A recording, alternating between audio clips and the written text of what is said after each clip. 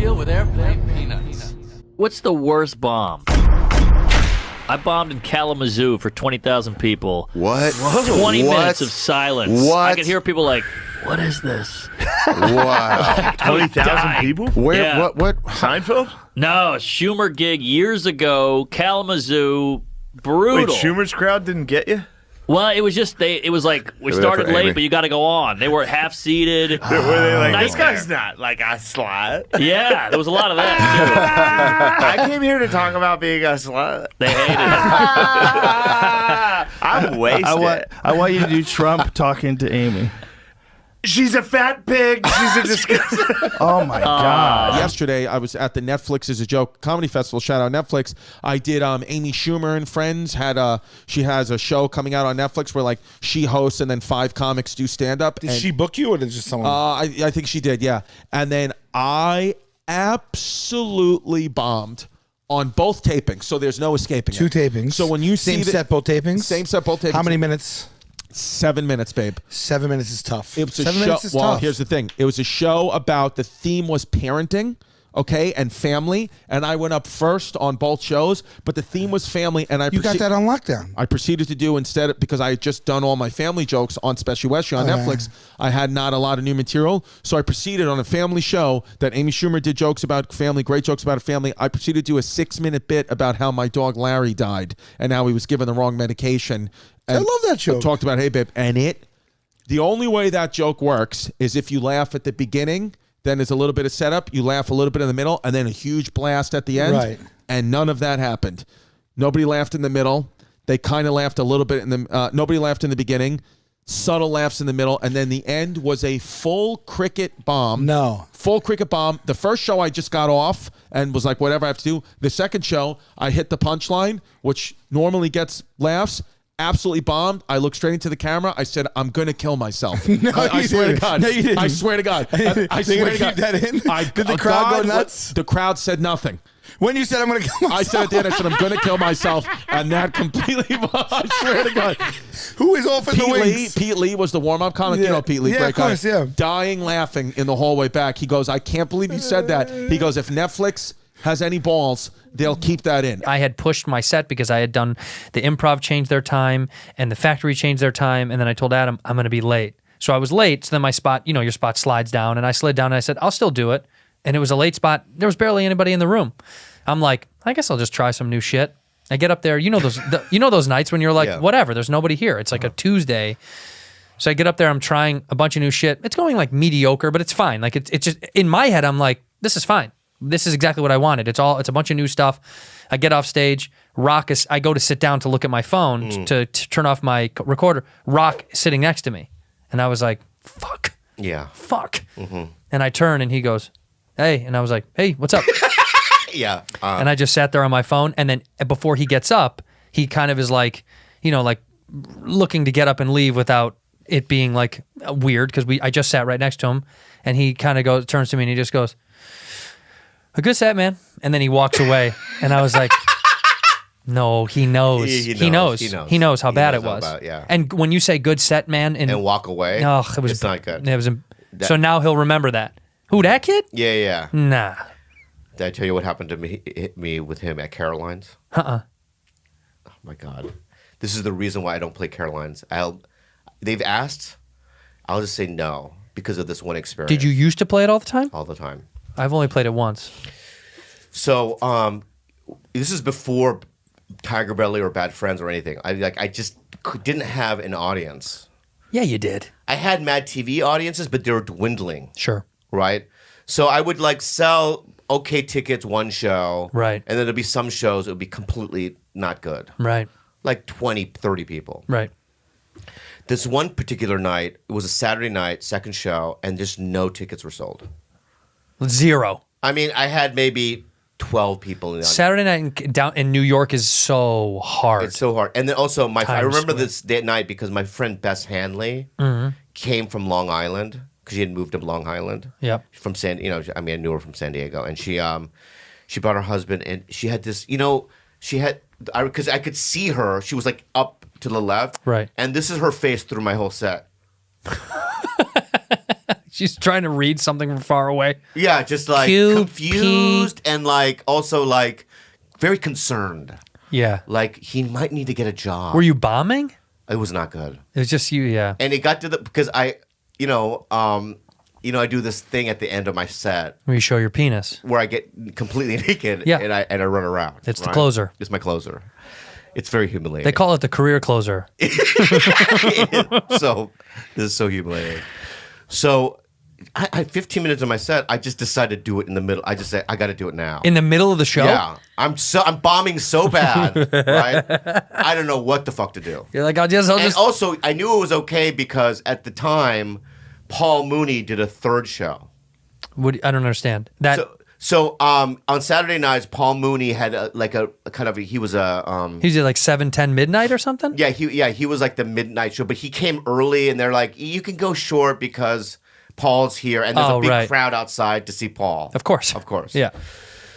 And also, people have to realize that when Paul Mooney performs, everyone shows up, no matter what city you're in. Like if you're in L.A., Paul Mooney performed Eddie Murphy, and everyone would show up. 100%. Right. So I knew Paul Mooney, so I go, I should just do it now and get out and just say, oh, Paul's performing, whatever, right? And I'm on stage, I'm sweating, right? It's cold as fuck, I'm sweating. Yeah. And I'm naked and no one's laughing, right? People are kind of getting up, right? My friend Bess's face is even getting down here like this, like anger almost. And I remember just picking up my clothes. Good night! No cheer, right? Walking off. And then I just remember sweat and tears welling up, right? It was just terrible. And you sat in that tiny little green room they have? Yeah, so there's a screen up to the left, right? Yeah. So I see a guy leaning against the wall in the corner. I don't know who it is. Oh, yeah. I don't know who it is. I have my clothes. And I'm walking. Completely naked, by the way, right?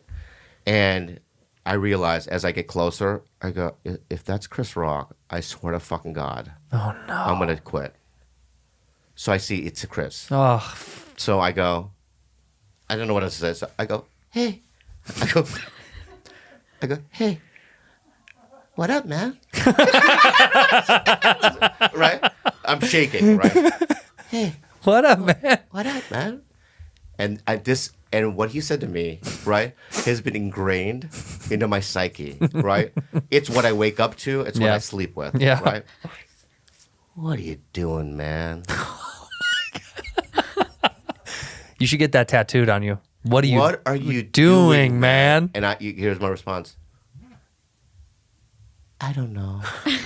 I was doing a bit that was like, I guess turned out to be a somewhat provocative joke, like only joke I've ever gotten death threats for, but like I was working it out there, so it was even worse. I was drunk at the time. Yeah, and then I remember in the middle of the bit, a woman stands up. It's the alligator joke, and a woman stands up, and she goes, "You fucking stink," and just and everyone just is frozen, and she just walks out, slams the door. And then a woman goes, "I think you're doing great," and that fucking hurt worse. That hurt worse. That hurt worse. 'Cause I was like, "That's pity." Yeah, pity. Hate me rather than pity. Yeah, pity. Like I remember one time, small audience, and a lady. There was like a table at 12, and that was like 85% of the audience. And I'm like just like 2 minutes in, where you're like, gauging things, feeling things out, just kind of like throwing things out. She goes, "Come on." Oh! And I go, man, what's that? And she was like, just come on, I'm just helping you out. Like a toddler. Yeah, she was like, you got it? You got it. Yeah. No, wow, that's like, condescending. Oh as my hell. God. I've never heard of that one. That's another level. I fucking snapped. Yeah. And then they leave. And then the next day, the owner's like, did you call a lady a cunt? I went down to Irvine to do a guest spot. Brent let me do 10 minutes. I had just gotten out of a breakup that made me punch a wall, and I was in the mood to try some shit. Michael Anochi was hosting. Yeah. It was a fun night. So I go up on stage, and I do a classic knock-knock joke. Yeah. Knock, knock. Who's there? Oh, never mind. You guys have already heard this. Oh, that's okay. Right? Got some laughs. Go on. 15 seconds later, somebody goes, "Who's there?" So I go, "Oh, it got the laugh. That was just a joke." Okay.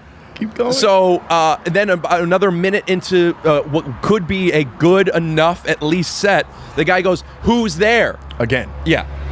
And I said, I made a choice, which was I already asked him to stop. This guy's not going to stop. I know this guy wants to do this thing. I'm only doing 10 minutes. I like to take big swings. I tend to find it. I don't know how quick I find it. I may sabotage the set, but I got another 8 minutes. I'll find it within 8 minutes. Okay. So I used the kind of the emotion that I was feeling at the moment with the breakup and the stuff outside of stand-up, and I pretended I was so affected by the who's there. Right. And I started crying down the face, tears, explaining that it was just a knock-knock joke where I was making fun. Have you ever said? And then I'm so mad at him because he's bullying me. And have you ever said? Then I shouldn't have done that joke. Whatever. But now we're like 3 minutes in, and I have to explain to you I'm making a joke. If you don't think it's funny, then it's not funny. But let me just do my fucking thing. And it gets cold. This guy went from he wanted to. I don't know what his intentions were, but he was definitely heckling. Yeah. And he went from I'm gonna be funny to this. And felt so bad of what felt that he was doing to me. I was melting down. And in my head, how ironic. Imagine a guy who's literally losing his mind over a knock-knock joke. If there was any type of joke that's funny to lose your mind over it not working, it's Why Did the Chicken Cross the Road or a knock-knock joke. Yeah. I am now in the pocket because in my head I'm tapped. Once you get the watery eyes, it's easy to keep them going. I'm crying. I'm bringing up bullying. Bullying's relevant. So I'm talking about how in high school, the stuff that was happening and how we need to stand up for people. And nowadays, at least people are able to go on YouTube with note cards to explain their problem. But I don't have note cards thinking like, oh, that's a funny bit. But everyone just thinks I'm having a panic attack. So we don't want him to jump off the stage. Right. So I got the light. So I have about a minute left. And I go, well, I haven't figured it out yet. So I go... And I collect myself, and I wipe my tears, and I go, you know what? I'm sorry. I lost my cool a little bit. I would like to try the knock-knock joke. Will you guys give me a chance? And I don't know if you remember, but before lettuce was thrown at me, there was a few. The place went fucking mental. It was like... It was, not for the right reason, but it was like, oh, here, like, yeah, don't jump. Right. So they're cheering. So now I'm thinking, got him. So now confident guy goes knock knock, the entire place, who's there? Amos who? A mosquito bit me. Hold Boo! Boo! And I go, Jesus. And I just go, all right, I'm sorry. Enjoy the rest of the show. It was in Michigan too, but we performed, the bowling alley so when you did the show, they had to build the stage. And so you're performing, bowling alleys are behind you. Now they're all dark, but down, they still let bowling happening. So the whole show is you're hearing bowling. Yeah. And so I'm opening for Big J. And then I'm on, they just put the stage up, they put the lights up and all this. And so I'm doing the thing and the crowd's like sitting there. And, you're sitting and the crowd's like sitting in like seats, like they had like actually kind of stadium seating because I think they do like bowling competitions there. And so they had kind of stadium seating and then tables, but the stadium seating was empty. No one's there. Everybody's just kind of down at the tables. And I mean, it's a lot of room. I mean, it's basically a whole bowling alley is kind of shut down for you except at the end. And so when I'm up there, the spotlight goes out. So I'm just in the dark. Whole set, I'm just in the dark. And so I'm like, talking. I'm like, making jokes about it. The guy comes over, brings a ladder, climbs up with the ladder, fixes the spotlight, comes back down the ladder. Everybody claps. I go, all right, do it again, blah, blah. And then within 3 minutes, the light goes out again. And I'm like, I got to fix it again. There he goes, all right. And he goes to get the ladder that he put back. The ladder's at the other end of the bowling. He put it back. All the way back. All the way back. And I mean, it's like 10 minutes for him to come back with the ladder. And there's a ton of room that you want to go, just leave the ladder. That guy's confident in his work. He was confident because this light will never go out. And I remember he just left. I was like, why would you not? I mean, it just, that ladder hits. And like just all, and he's up there having to fix it. That's my bowling alley story. I love that there's just a couple of lanes open. They're like, yeah, we're doing a show, but we need a little bowling. I was doing a college gig, something called a nooner. So it was basically like, in a cafeteria during the middle of the day. Nobody has any idea there's going to be a show. And you get like the worst intro. You always do the credits first. He's been on this, he's been on that, blah, blah, blah, please welcome. So they would always do your name first. And they would just be like, we have a comedian. His name's Bill Burr. He's been on TV. And here he is. And then you would just go out and immediately would just be bombing and kids were eating. So, I went up there really defensive. It was somewhere in the middle of the country. And I just went up there just chopping people's heads off because I thought they wouldn't throw food at me. So I just started attacking the crowd. How long are you meant to do it? I was supposed to do like an hour. I did like 20 minutes. I remember one, I couldn't believe it didn't get a laugh. There was a guy with a cowboy hat wearing a suit. And I go, look at this guy. He looks like he's trying to get a loan for a horse. And it got nothing. It's a good joke. It was all right. It got nothing. And then it was too, I don't know what. And then all of a sudden, this student came up and handed me that note. And that was the woman that booked me. Said, can you wrap it up in 5 minutes? So then I was thinking, well, wait a minute. I'm contractually obligated to do an hour. Is this how they get out of paying me? So I was on stage in the cafeteria, no laughs going, are you still going to pay me? I still get paid? It was the PR union's benefit celebrating Kirk Douglas at the Beverly Hills Hotel. This was, a few years ago, about 8-9 years ago. And if you know anything about Kirk Douglas, besides playing Spartacus and being an Academy Award-winning actor and the father of Michael Douglas, he suffered 20 years before from a stroke, a horrible stroke, which kind of. But they don't tell you that. They don't no warning on that. Well, and he couldn't speak. He lost his ability to speak clearly. Which they also don't tell you. It's not even on the card. It's the whole function. And there's anyway. So he gets on his answering machine, Theo Von, somebody saw you on TV and somebody saw you in another show, and they say, you'd be perfect for it. You're really funny. You're witty. We would love for you to come to the Beverly Hills Hotel and host the Kirk Douglas benefit. Yeah. And Theo doesn't, he's busy. He says yes. Well, he did say yes, but I don't think he heard the word host. Mm-mm. He heard roast. Yeah. He heard roast. And this was serious. And when this was happening, I was with him. He was legitimately upset. He goes to the hotel.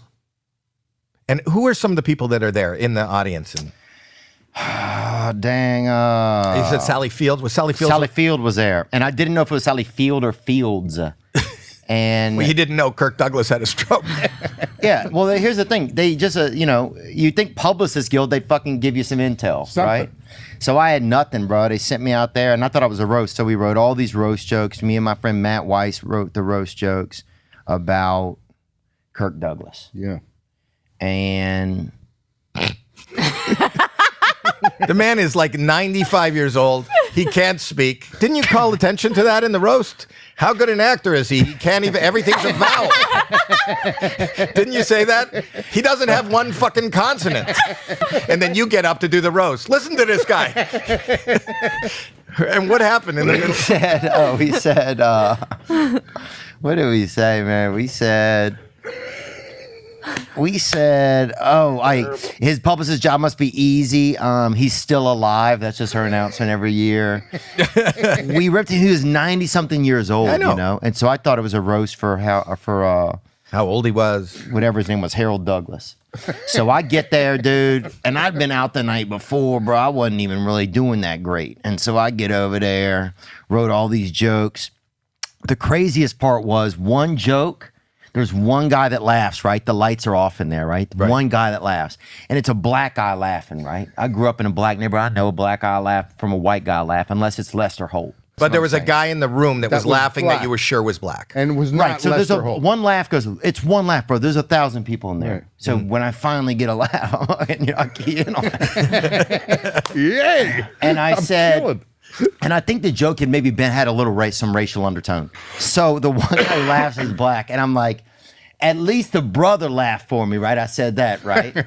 So for some reason, They bring the lights up as if we need to see if it's a black eye laugh. Oh my God. The only thing that went right in the whole production is that at some point when I mentioned that that's a black eye laugh, and they bring the fucking lights up. And it was Lester Holt. It was Lester Holt. The one black guy they invited to the thing enjoyed it. But didn't they come up and stop you? Oh yeah, they shut me down. Didn't Sally Fields come up and stop you and say, No, what the Sally Field was good. I remember this was the craziest part. So it kept going bad, and nobody was telling me nothing, man, And you're roasting Kirk Douglas. Oh, I'm roasting everybody. They had a couple, this is the worst part. They had a couple children from like Siam or something that came in with some documentary. And I roasted those bastards. I just didn't know what was going on. But there was no rehearsal. I didn't even know what the fuck this thing was, dude. Orphan children. Yeah. He's roasting. There's no thing, man, and everybody's out there eating salmon, bro. And the worst part was I went backstage. Robert Downey Jr.'s back there with the guy, I want to say Corbin Burnson. Is that a man? Yeah, yes, it is a man. And a white man. It is? Yeah. And a white man. So Corbin Burnson and Robert Downey Jr. are standing backstage. And this is before Iron Man. This is when he had just, I think, messed with the hookers or something. Okay. Or the men. Whatever happened, I don't know. Who didn't do it? I don't know what it was, man. Oh, when he got high and then he woke up in somebody else's house? Yeah, whatever you want to call it. Okay? Gay chicken. We've all got different. There's a version of gay chicken. Robert Downey Jr. I'm backstage. He's back there. Oh, this is what happened. He goes, and they knew it was going bad. They knew it was going bad. I mean, it's bad when Iron Man shows up, right? To stop everything. He's saving. And he goes, hey, man, in 10 years, nobody will remember this. The funniest thing you watch as a comedian is watching another comedian die on stage. And the reason why is that that's something that you relate to so innately, so personally, that it makes me personally just laugh so hard because you have that experience and nobody knows it better than a comedian, right? Or a performer that just completely dies on. So you just laugh because you relate to it so hard. It's not because like, oh, I'm happy he's bombing. No. It's like this, what he's going through, his mindset, all the shit that's going through his head, the catastrophizing the fucking scene, the breakdown in the middle of the road. He can't get out of it. He's looking for the light. Have I been lit yet? That shit is like classic, man. My first 3 years, I used to break chairs. What? I used to break bottles. I hit a pigeon with a car. Oh my God. Like when I bombed, I would get so... I had to learn how to bomb with grace. Right. That was the big problem I had the first 3 years. The other thing that I had that a lot of other comics didn't have is I know when I bomb. Right. There's nothing worse than seeing a comic come off stage and go, I killed him. You're like, oh, God. no. Yeah. What the fuck is what? Oh, no. It's the worst, yeah. Denial. I destroyed that room. And you're like, I was sitting in the back. I had to take a tomato from a guy. Yeah.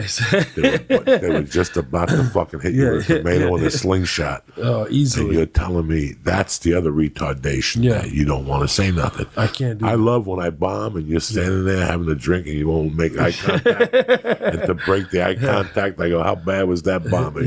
Makes the Gulf War look like a fucking Chinese parade. And you're like, There's 10 shows in my life that almost ruined you. That there was. Oh, I had a fucking show at Cobb's. Al Magical saw it, where I went to the kitchen and I literally got on my hands and knees, and I looked up in the sky and just cried. It was that terrible. Natasha Leggero was there, and I just was going. I mean, there's 10 of them in my life that stays with me. Shows forever that were so bad. Yeah, and there are always like situations where. It could have ruined me. Like that show with it at Cobb's was Zuckerberg. It was for Facebook. What? Yeah, so Facebook was rented out Cobb's. And to get us the best comics, it was me, Ian Edwards, Natasha Leggero, Al Magical. I thought they said the best comics. Back in the... All right, come on. But at the time. Yeah. Right? No, great. Yeah. It was a good... All good, very good comics. Yeah. And so, and I had to close... Right, but by that time they were drunk. Yeah, and I just remember like people are dancing. There's music playing for some reason. I'm on stage, and people are just like the party has started. People are just Zuckerberg. Everyone's just dancing, right? And I'm going to tell my jokes, right? People are just dancing, not even paying attention, right? And I remember just putting the mic back in, getting on my knees, and just screaming, crying in the kitchen. Oh my God, it was terrible. I bet never you played there again.